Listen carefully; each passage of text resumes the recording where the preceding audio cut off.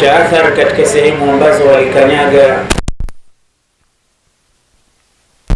ni jambo kubwa sana kesho mbele ya Allah subhanahu wa ta'ala. Hapa alikanyaga mtukufu wa daraja bwana mtume Muhammad sallallahu alayhi wasallam. Utukufu wake hauna haja ya kuelezwa, uko wazi mbele ya kila macho ya Muislamu.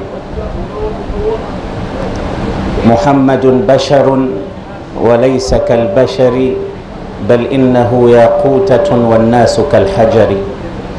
Mmoja aliwahi kusema hivyo kutaka kuleta ukaribu wa kumueleza mtume ni nani.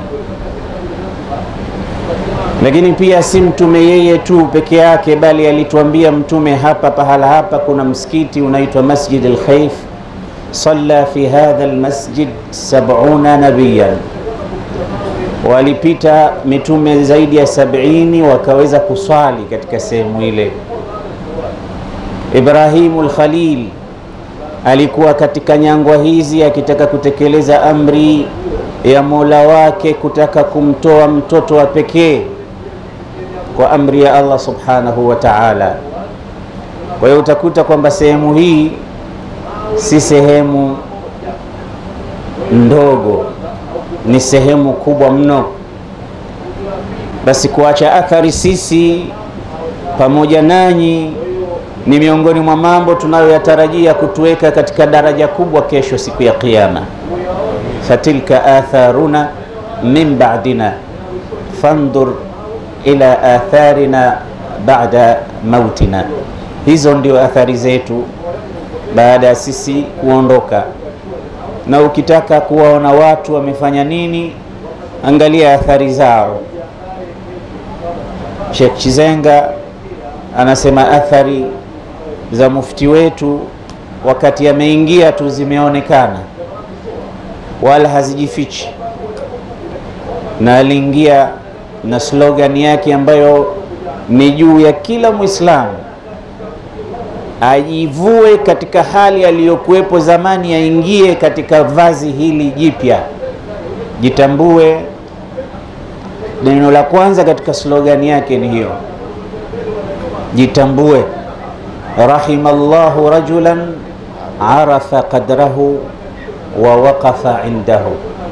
Nadhani mufti sikuwa naye wakati anatizama atoe slogan gani ya kuwapa motisha Waislamu ili wahame kutoka katika ubaya wende katika uzuri, na wahame kutoka katika uzuri wende katika uzuri zaidi ya ule waliokuwepo. Sikuwa naye wakati anafikiria cha kusema, lakini nadhani yalimpitikia maneno haya vile vile kwamba Mwenyezi Mungu anamrehemu na kumpenda mtu ambaye anajitambua, na alipojitambua akaenda akasimama pale ambapo anajua ndio kwake. Waislamu sisi tuliuvuta umma, bali nyuma nyingi ambazo zimepita tuliziongoza sisi. Na baada ya sisi kwamba hatupo tena katika kuongoza, ulimwengu mzima ulitetereka na kuingia katika kiza, baadhi yake juu ya viza vingine. Hata akatunga mmoja katika watunzi waliopita, madha khasira alalam binhitat almuslimin. Ulimwengu umekhasirika na nini? Kwa kudondoka au kwa kukosekana Waislamu waliokuwa wakiongoza kama wenzao waliopita kabla ya hapo. Utapata athari zetu ni kubwa. Nahnu naktubu ma qaddamu wa atharahum wa kulla shay'in ahsaynahu fi imamin mubin. Fursa hii ni kubwa, lakini insha Allah kwa uwezo wa Allah naomba inifai mimi kile nitakachokizungumza kabla ya kuwafaa mashekhe zangu, kaka zangu na walimu na mahujaji walio hapa.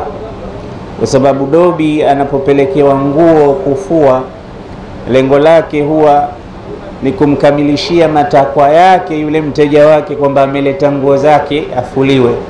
Lakini cha kushangaza, baada ya kumaliza kufua, dobi ndo huonekana mikono yake ni safi zaidi hata kuliko zile nguo za mteja zilizoletwa.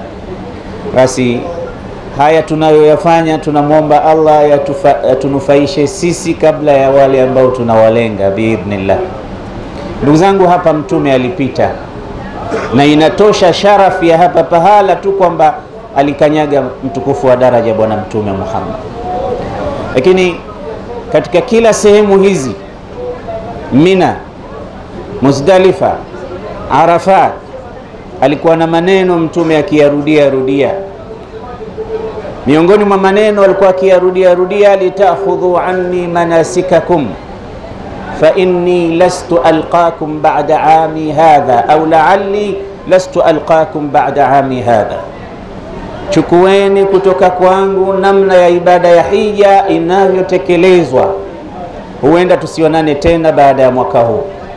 Maneno haya aliyasema Jamarat, akayasema hapa, akayasema Arafa, alikuwa anayarudia. Lakini si maneno hayo tu, wanachuoni wa sira wanasema hata ile khutba iliyotolewa katika jangwa la Arafa, ile bwana mtume aliirudia mpaka hapa katika sehemu ya Jamratul Aqaba, aliirudia katika viwanja hivi. Maneno yale aliyarudia kama alivyosema litakhudhu anni manasikakum. Alikuwa akiwauliza kila wakati, ni siku gani leo, mnajua ni mwezi gani huu? Kisha akarudia, inna dima'akum wa amwalakum wa a'radakum alaykum haramun, mpaka mwisho wa zile khutba zake zote. Na hii inatufundisha nini sisi ambao huwa tunapata fursa ya kuongea kila wakati, tukasema kwamba tunaibeba risala ya bwana mtume Muhammad? Hii inatufundisha funzo moja kubwa sana duat. Funzo tunalopata hapa ni kwamba usione tabu hotuba yako uliyoitoa pale ukairudia pahala pengine, wala usione tabu maneno yako uliyoyasema kule ukayarudia pahala pengine, kutokamana na umuhimu wa lile jambo linaloonekana. Usitake kuonyesha kwamba wewe urudii ulichokisema. Kama ilikuwa kuna mtu wa hivyo, basi angekuwa mtume sallallahu alayhi wasallam. Lakini mtume alikuwa akiyarudia maneno yake aliyoyasema hapa, anayarudia, aliyosema pale anayarudia. Kwanza kufikisha ile message na risala, pili umuhimu wa ile habari anayoitoa, na inataka masisitizo kila pahala. Usije ukasema kwa nini mimi narudia tu, hema lile nilisema hivi, kwa nini hapa nisibadilishe topic? Unaweza kubadilisha, lakini pia sio uhodari mno kwamba kila wakati unakuja na jambo jipya. Usije ukawa kama yule Al-Maharri aliposema, wa in kuntu al-akhira zamanuhu laatin bima lam tastati'hu al-awailu. Mimi hata kama mnaniona nimekuja mwisho, lakini nimekuja na mambo wa mwanzo hawakuja nayo. Nimekuja na vitu vipya ambavyo waliotangulia hawanavyo. Basi wakapatikana wenye akili kumzidi, wakamwambia basi kama ni kweli tuthibitishie hilo kwa kutuletea herufi mpya miongoni mwa huruful hijaiya ambayo haimo katika zile alif ba ta mpaka mwisho, tupe mpya. Akazunguka kulia na kushoto, akawaza, akiwazua, akupata.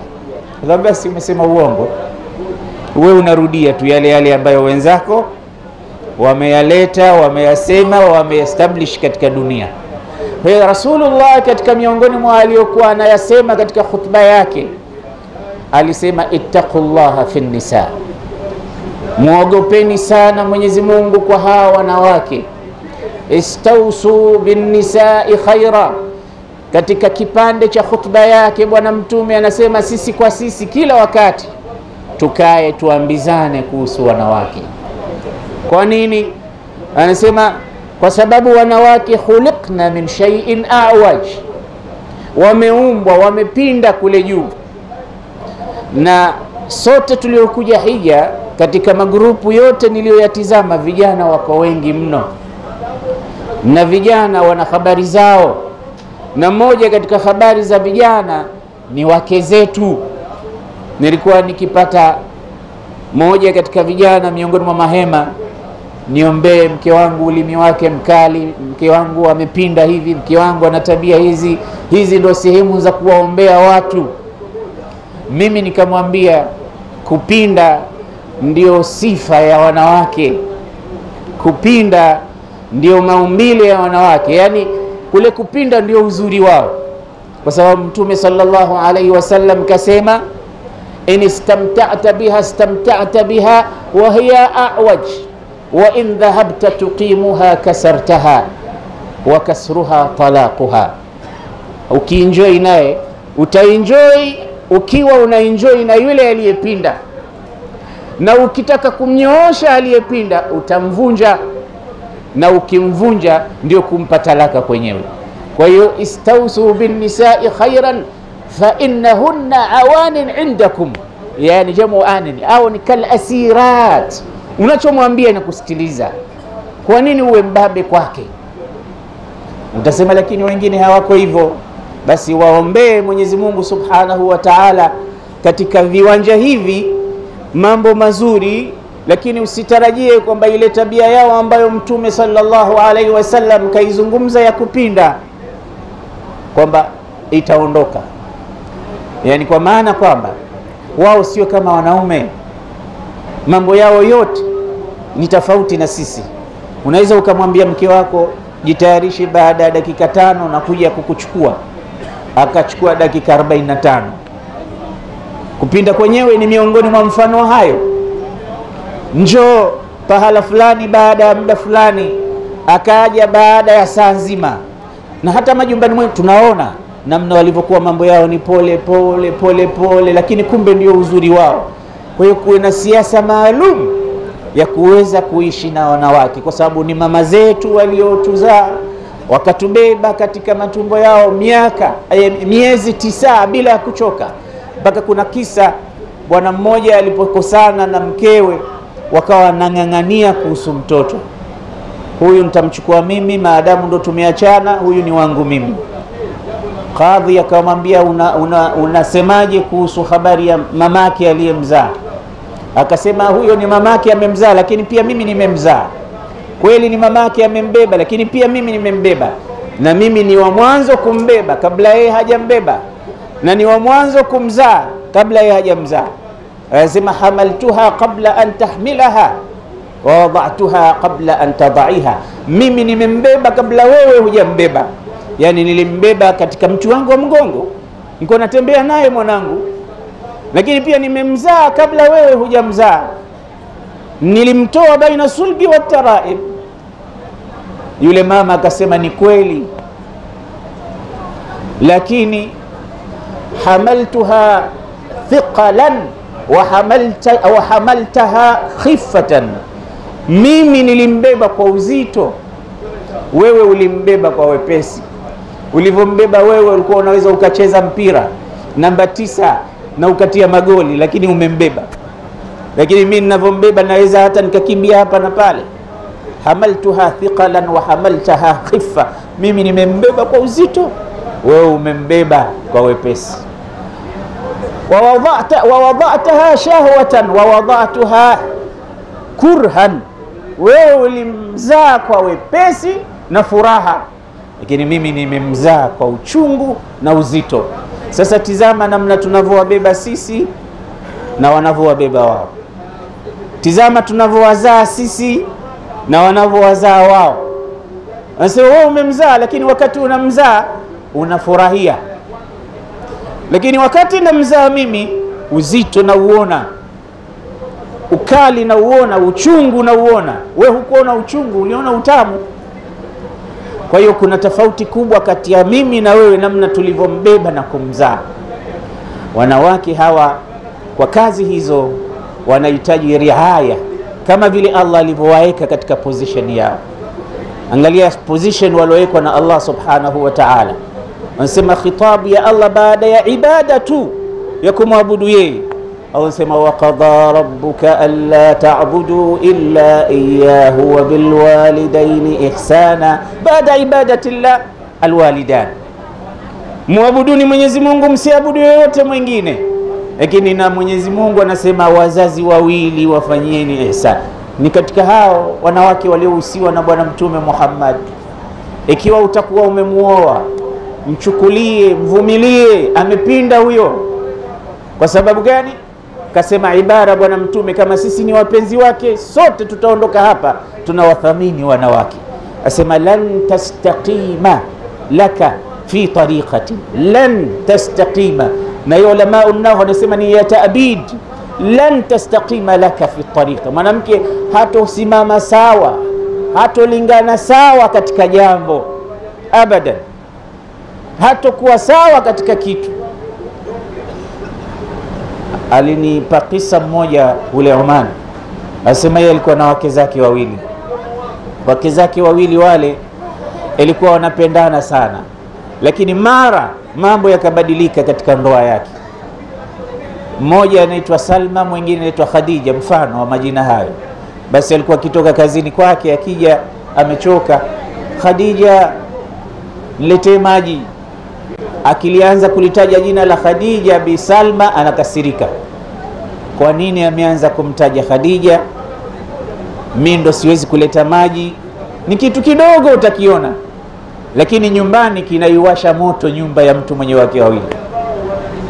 Na pengine wala hakumaanisha, na pengine Salma ndo apendwae sana, na pengine ndo anamtuma sana huyu kwa sababu yule hataki kumhangaisha, lakini yule ambaye anaona yeye hataki kumhangaisha yeye ndo anaumia. Sasa wale wanawake zaidi ya wawili wanajua ninachomaanisha. Basi Bi Salma ananuna, mbona unanuna mke wangu leo? Asema kwa nini ukija kutaka maji unaanza na Khadija? Mimi ndo siwezi kuleta maji. Basi yule bwana anasahihisha. Siku ya pili akija, Salma lete maji. Leo Khadija ni zamu yake naye. Mbona umemwambia usiku zote unaniambia mimi, kumebadilika nini? Na huyu si ni mke wangu pia? Hapana, mbona umemtaja yeye, mimi umeniacha? Basi siku ya tatu anakuja sasa, anabadilisha, anaita wote wawili, Salma na Khadija, leteni maji. Lakini anakuja tena Khadija anasema, mbona katika wawili umeanza na Salma, hujaanza na mimi? Maskini anapata tabu. Lakini ukiwa umemwelewa Mtume mtukufu wa daraja, upati tabu. Fasaidu man saida fi baitihi walau arada jami'u nnasi an yashkuhu. Anasema mwenye furaha ni yule anayefurahi nyumbani kwake, hata watu wa ulimwengu mzima wakitaka kumfanya asiwe na furaha hawawezi, maadamu kaanza kufurahi nyumbani. Wa amma shaqiyu man shaqiya fi baitihi walau arada an-nasu jami'an an yus'idu. Hawezi kupata furaha mtu aliyekuwa amepata ghadhabu na kaswa nyumbani kwake. Basi anarekebisha. Akija siku ya pili akianza na huyu anakasirika. Basi ikafika pahala akawa akija nyumbani hamwiti yoyote, anajikalia kwenye sofa, oha lete maji. Basi atakaileta ndo huyo. Oho sasa nikule, oho lete maji. Yoyote atakayesikia anapeleka.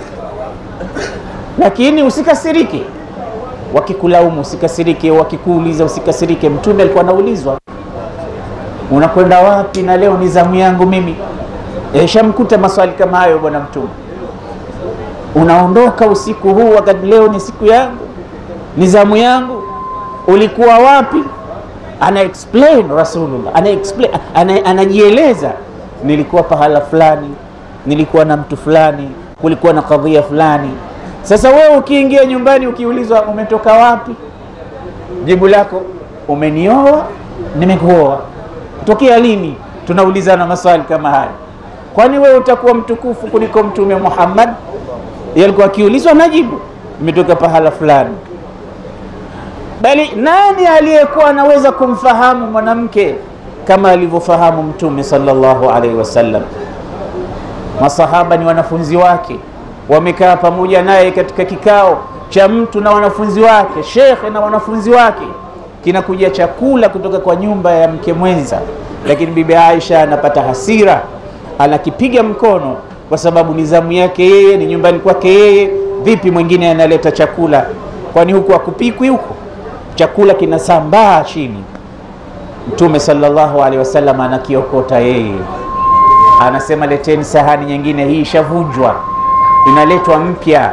Kinatiwa kile sahani ile inarudishwa nyingine mpya kule. Kisha anawaambia walioshangaa kuona kwamba mbona kumetokea hili nyumbani kwa Mtume, tunatarajia lipi hapa kwa hasira za Mtume? Yeye anawa surprise, anawaambia agharat ummukum, agharat ummukum, mama yenu ameona wivu, mama yenu ameona wivu. Anawaeleza situation na namna ya kuwafahamu wanawake. Ingekuwa mimi ndio mimi na wanafunzi wamekuja, mke wangu kapiga kisahani kibakuli kama hivyo, alafu nikasema mama yenu kaona wivu, wangesema kuanzia leo hatukutambui kama we ni shehe, kuanzia leo hatutaki kuwa wewe ndo mwalimu wetu, kwa sababu umemilikiwa, upindui meza. Shehe gani wewe, unanyanyaswa mbele ya wanaume, mbele ya wanafunzi wako. Lakini Mtume anatufundisha hizi zote kwamba tunashuka katika level yao ile, istausu bin nisa'i khaira. Na uzuri wa bwana Mtume alikuwa sio maneno matupu. Wengi katika sisi lima taquluna ma la tafalun, lakini Mtume kile anachokizungumza, anachokifundisha ndio maisha yake anayoyaishi Rasulullah. Akisema mbona hala bikra tulaibuha wa tulaibuk, alikuwa akicheza kweli nao Rasulullah. Ma raaitu Rasulallahi illa raaituhu yatabassamu au basaman, alikuwa kitabasamu kweli. Kana fi khidmati ahlihi, alikuwa hivyo kweli. Khairukum khairukum li ahlihi wa ana khairukum li ahli, alikuwa hivyo kweli. Wa kana Rasulullah sallallahu alayhi wasallama, alikuwaje bwana Mtume sallallahu alayhi wasallam? Mwenye Barzanji anatuambia akmala nnasi khalqan wa khuluqa, alikuwa mkamilifu wa watu tabia. Lakini pia miongoni mwa vitu vilivyoelezwa kule, kana yakhdumu ahlahu, kana yasiru fi khidmati ahlihi bisiratin sariya, anatumikia watu wa nyumbani kwake. Yahlubu shatahu, anakamua maziwa wanyama wake.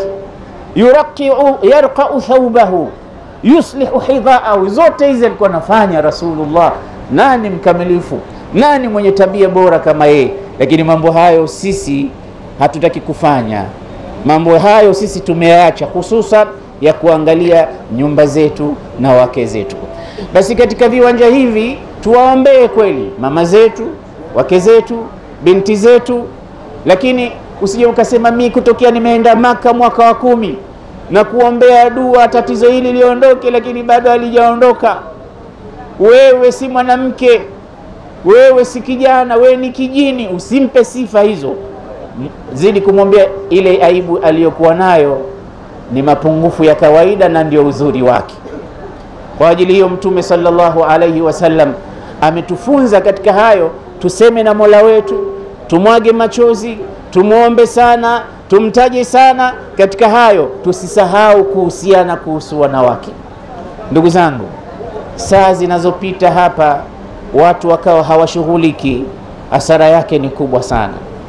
Saa zikipita katika viwanja hivi, nyoyo zikawa na ghafla, kama tuko kwenye Big Brother, kama alivyosema Sheikh Kidago kwenye hema letu kule, ni mtihani mkubwa.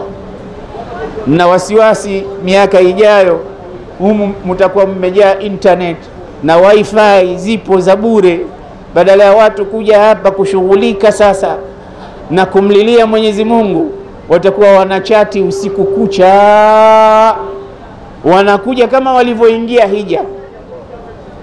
Kwa sababu usifikirie kwamba ndio shetani atatuacha tu. Kila pahala pa mambo makubwa makubwa, na yeye anahakikisha kwamba anakwenda kuvuruga. Nasema ya Rab, si umenilani basi, lakini na mimi fabima aghwaytani la aqudanna lahum sirataka almustaqim, ile njia iliyonyoka mimi nitaihodhi, nitakaa katikati yake. Thumma laatiyannahum min bayni aydihim wa min khalfihim wa an aymanihim wa an shamailihim wa la tajidu aktharahum shakirin. Kulia, kushoto, nyuma, mbele, hizi jihati al-arba'a zote shetani anasema nitazikamata. Maneno hayo ujue anamwambia Allah subhanahu wa ta'ala, anamuahidi kwa msini nimelaaniwa mimi kwa sababu ya hawa. Nitahakikisha mimi katika hasira za Allah siendi peke yangu, na kwenda na kundi. Sasa usishangae ukakuta mahema haya yote, kila hema unalopita watu wameinamia simu zao wanachat, watu wameinamia mitandao wanashughulika na dunia. Wadhkurullaha fi ayamin ma'dudat, na huko anawapigia kelele muhadhiri wao, kiongozi wao, mtajeni Mwenyezi Mungu katika siku za kuhesabika. Ndio ishakwisha hivyo, tunakwenda 10 inaondoka hiyo, kesho 11 itaondoka hiyo, 12 itaondoka, 13 zitakwisha. Wewe hujafanya kitu hapa, hujafanya kitu Arafa, hujafanya kitu Jamarat, hujafanya kitu Makka. Alhasanatu fiha bi100,000 hasana, umezikosa. Unarudi nyumbani kwenu, unatamani tu watu wakuitia alhaji. Sasa umechukua cheo chako, lakini ikipekuliwa hasa ulichokifanya kule hakuna kitu. Ndio maana mashekhe kila wakati wanasimama na kila wakati wakisema, pia tunawaona wabaya, si tumechoka, mtu achie. Sio kwamba tumechoka aachiwe pumzike, aanze kuongea nyumbani, aanze kuongea na wapenzi wake na marafiki zake, arushe Snapchat zake huko, anaona huko wanamfanyia fujo hao, wanataka sasa space. Hapa ufanyiwi fujo, lia na Mola wako subhanahu wa ta'ala. Wewe ni mgeni wa Allah subhanahu wa ta'ala. Anasema asbahtu dhaifa Allah fi dari ridha wa ala al-karim karamatu dhifani ta'fu al-muluku 'an an-nazili bisahihim kaifa an-nusul fi sahati ar-rahman. Hapa ndo pahala pako wewe wa kukirimiwa, milango imefunguliwa kwa ajili ya ugeni wako wewe. Basi mlilie Allah, mwambie ya man yara ma fi dhamiri wa yasma'u anta almu'addu likulli ma yutawaqqa'u. Ewe mwenye kusikia kuona mambo yote katika ulimwengu yako tahta sarafatillah, basi wewe ndiyo mwenye kukusudiwa. Mimi naelekea kwako. qasadtu baba ar-raja wan nasu qad raqadu wa bittu ashku ila maulaya ma ajidu وقلت يا أملي في كل نائبة يا من عليه لكشف الضر أعتمد أشكو إليك أمورا أنت تعلمها ما لي على حملها صبر ولا جلد وقد مددت يدي بالذل مفتقرا إليك فلا تردنها يا ربي خائبة فبحر جودك يروي كل من يرد. مليلي يا الله يا من يرجى في الشدائد كلها يا من إليك مشتكى والمفزع يا من خزائن جوده في قول كن. Mwambie hivyo maneno kama hayo na mfano wake, maneno ambayo yule mwanadamu anayesikia maneno kama yale, kama ni yeye mwenye kuambiwa hivyo, hata roho yake anaweza kukupa. Si alisema yule bwana, akasema kuna watu unapokwenda kuwaomba, furaha unazoziona katika nyuso zao utafikiria umeenda kuwapa. Wewe mwenye kutoa una furaha kuliko yule unayempa. Sasa kuna watu katika dunia wana sifa za ukarimu, lakini ukarimu wao haupitilizi kwa ukarimu wa Allah. Si chochote si lolote. Kuna watu wana huruma. Mtume anamuona mama anatatarika, anaingia katika makundi ya watu wa kivita, mateka, mara anamkamata mtoto, anasema anamweka katika kifua chake kwa huruma, anaonekana kwa mapenzi makubwa.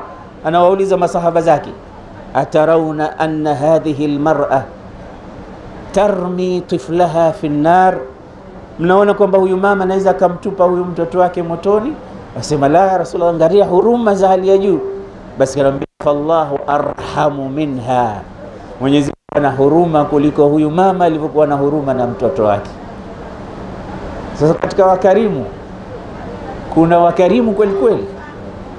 Bwana mmoja alikuwa na rafiki yake mkarimu, mtu tajiri. Basi siku moja kapiga simu akamwambia fulani ibn fulani, kamtaja kama tajiri mkubwa kule kwetu.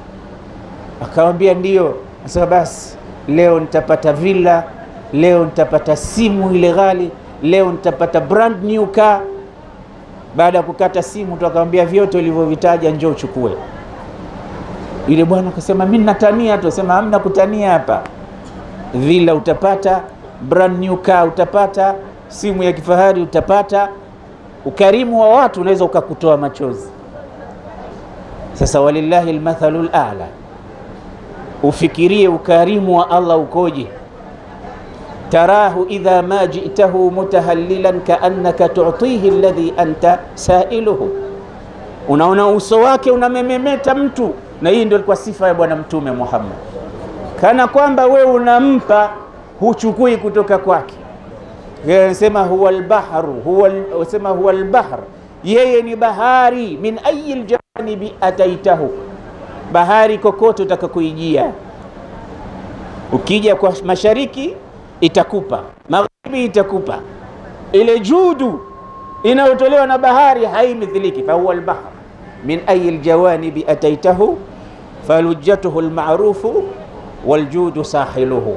Hivi ndivyo itakapokufanyia bahari. Anasema taawada basta al-kaffi, amezoea kukunjua kiganja huyo. Hatta law thanaha liqabdin lam tujibhu anamiluhu, hata siku moja akisema leo mimi nitakunja mkono wangu, sitaki tena kukunjua. Anasema vile vidole namna vilivyozoea kutoa kwa ukarimu havitaki hata kukunjuka, biko hivi, havitaki kukunjika, biko hivi. Akisema leo nikunje, vinakataa, vinamwambia bwana hukutuzoesha hivyo. Wapo wakarimu hao, lakini achana nao, ufikirie ukarimu wa Allah subhanahu wa ta'ala. Mtoto akikwambia mimi nina hela nyingi sana leo, ukamwambia hebu toa nione, atakupa riali 5, atakupa hadli riali 100, kwa sababu yukhatibu nasa ala qadri fahmihi wa aqlihi. Hizo ndio nyingi anazijua yeye.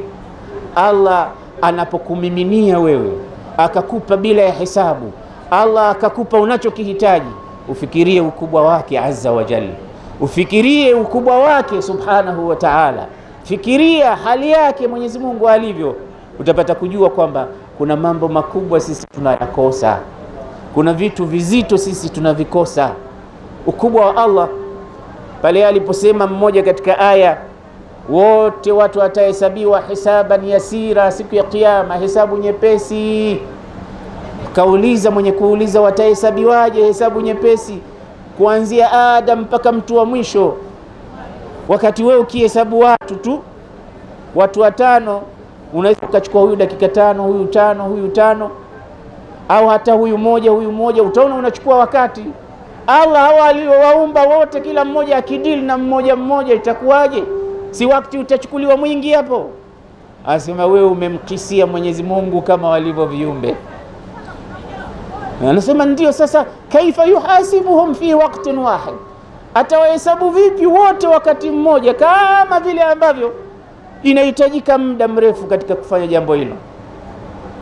Akamjibu Imam Ali akamwambia, kama yarzuquhum fi waqtin wahid, kama vile anavyowaruzuku kwa wakati mmoja tu, naye atawahesabu kwa wakati mmoja.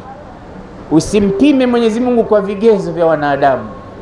Ukisikia hapa tunasamehewa makosa yetu yote, usifikirie hata lile kubwa nililolifanya mimi siku zile ndio Mungu ananiachia pia. Hata yale niliyoyafanya mimi ambayo hata ibilisi mwenyewe hajawahi kuyasikia. Yani usianze kuleta makosa na madhambi na mijidhambi yako ukaona kama Mungu yanamshinda. Utatupa mipaka, utakwenda pahala pabaya. Anasema in adhumat dhunubi kathratan falaqad alimtu anna afwaka a'zam. Alisema hivyo mmoja, kweli mimi nina makontena ya madhambi, lakini hata nikijua ukubwa wa madhambi yangu, mimi natambua kwamba msamaha wako Mwenyezi Mungu ni mkubwa zaidi kuliko madhambi yangu. Hayawezi kushinda msamaha wako. Sema ana mukhti'un, ana asi, ana mudhnibun. Haya yote ni masifa yangu mimi kiumbe. Ana mukhti'un, ana mudhnibun, ana asi. Mimi ni mkosaji, mimi ni mtenda dhambi, mimi ni asi. Lakini sema huwa ghafirun, huwa satirun, huwa kafi. Lakini na yeye ndiye mwenye kustiri, ndiye mwenye kusamehe, ndiye mwenye kumtosha mja wake yoyote yule. Asema thalathatun qabaltuhunna bithalatha, sifa zangu tatu mimi nilivyoziweka mukabala na hizi tatu, anazo nyingi mwenyewe, lakini nilivyozikabiliana na hizi tatu, thalathatun qabaltuhunna bithalathatin walan taghlibanna awsafahu awsafi, na hizi zangu wallahi asi mudhnibun mukhtiun, wallahi haziwezi kushinda kafi satirun ghafiru. Sifa zangu mimi haziwezi zikashinda sifa za Allah. Atanistiri, atanisamehe, ataniachia, anakunitosha kati, lakini utumie wakati huo. Liannahu yastahyi an yara abdahu yarfa'u yadayhi thumma yarudduhuma sifra, kwa sababu Mwenyezi Mungu anastahi, anaona haya kuona mja wake kanyanyua mikono, anaomba alafu amrudishe zero, hakumpa chochote. Sasa kama we wakati wako wote unainamia mitandao tu, utapata wapi hayo tunayoyazungumza? Utaondoka hapa hukupata kitu chochote zaidi ya usingizi kwa wingi, zaidi ya kuchati kwa wingi, zaidi ya dunia ilivyokuzaa na kukuzoa na kukupeleka pahala pengine.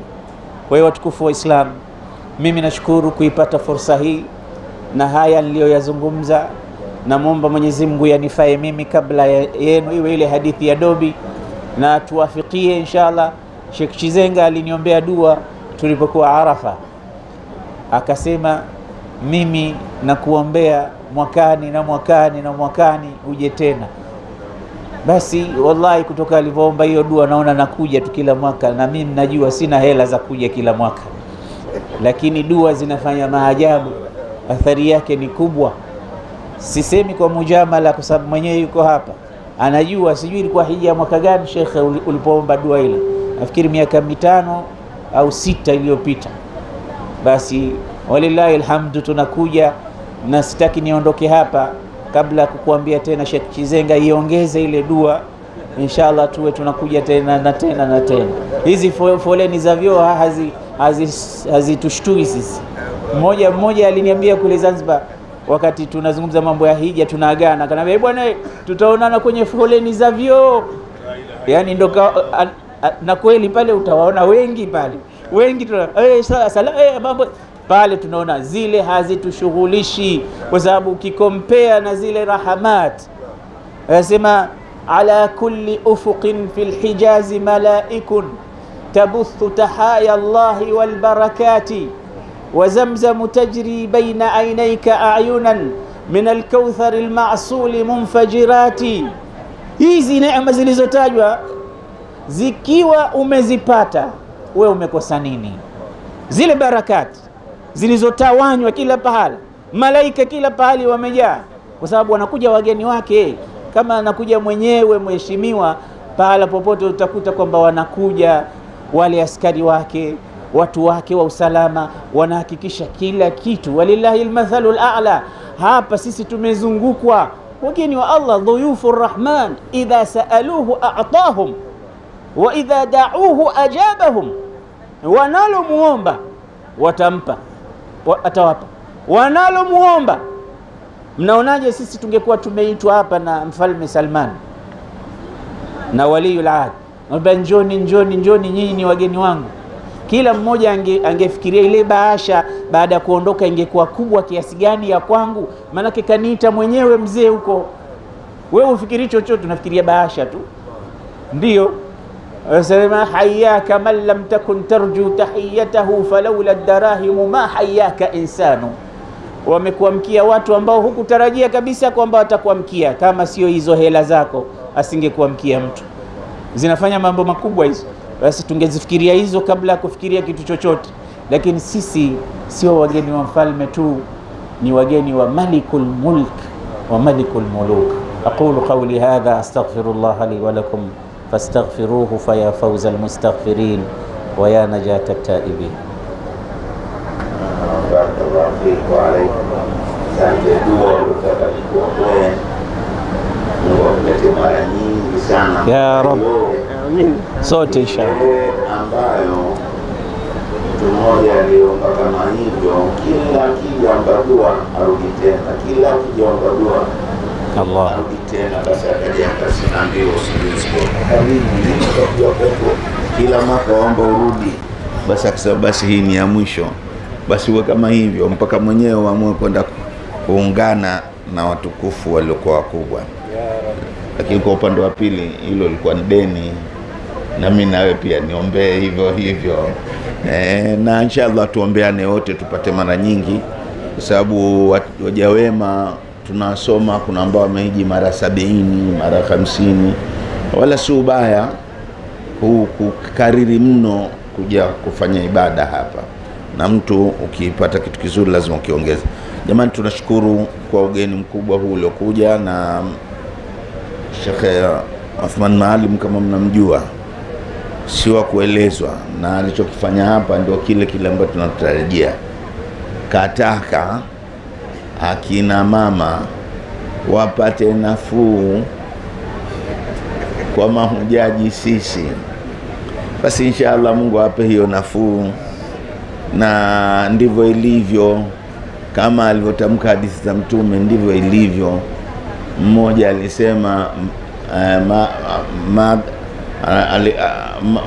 madha jara bibayariki wa mamaliki ad'u rababa fama tujibu rababu au hasibu almar'ata ala nisyaniha fama tastaqama ma'an nisa'i hisabu.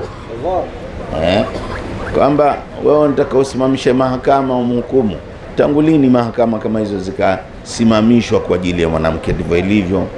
Lakini na mimi niwaombe akina mama, mmetetewa sana, lakini basi nawaomba na nyinyi mfanye lile ambalo mtakiwa mfanye, na si jingine. Nyinyi ndio kiwanda cha kuzalisha mawali, za kuzalisha maulama. Basi katika viwanja hivi, hebu mwambie ni Mungu viwanda hivyo vije vizae watu kama maulama kama hawa, na wazaidie tu sisi, wala sisi hatuhesabiwi katika maulama tukitaka tujilinde na wao. Lakini akimatun nisa, wanawake sasa wamepata ugumba, hawazai hao maulama.